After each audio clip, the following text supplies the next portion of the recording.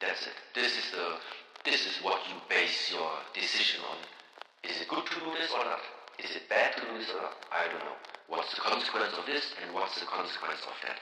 Which one of these two you prefer to live with in the future? Is it good or is it bad to do this and that? I don't think about good or bad.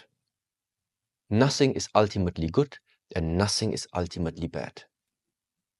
Let's just say, for an example, to get this as an understanding, yeah.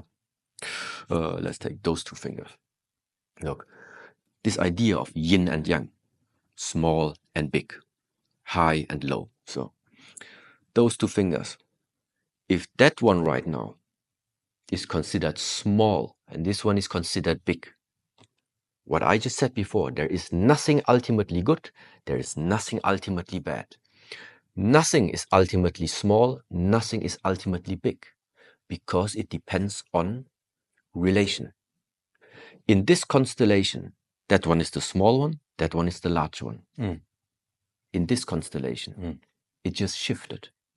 So it's not right to say that this one is always the big one. It's not true. Only in this constellation it's true.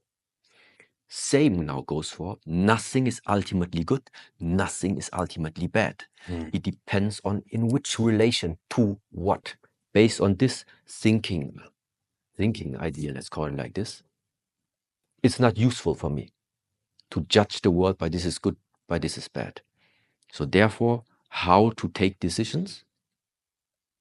Based on consequence. Whatever you do, it's gonna bring out consequences. And you decide if you are able to live. That's it. This is what you base your decision on. Is it good to do this or not? Is it bad to do this or not? I don't know. What's the consequence of this and what's the consequence of that? Which one of these two you prefer to live with in the future? This is the best part about all of these sharings and teachings, that it only depends on your perspective. And so,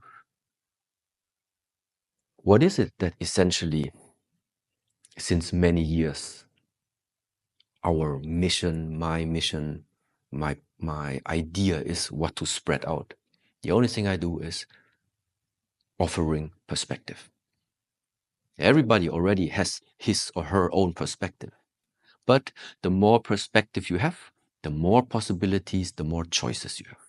At the end of the day, you are the one, it's your life. You decide and you take the consequences. And I'm just saying, if sometimes in this lifetime you feel sometimes it's not proceeding, I'm stuck somehow. Why? Why are you stuck? Because you continuously try to move forward with the old patterns that also haven't worked the last 10 times. It's time for a new perspective. And this is where it comes into play, for example, like also in our culture,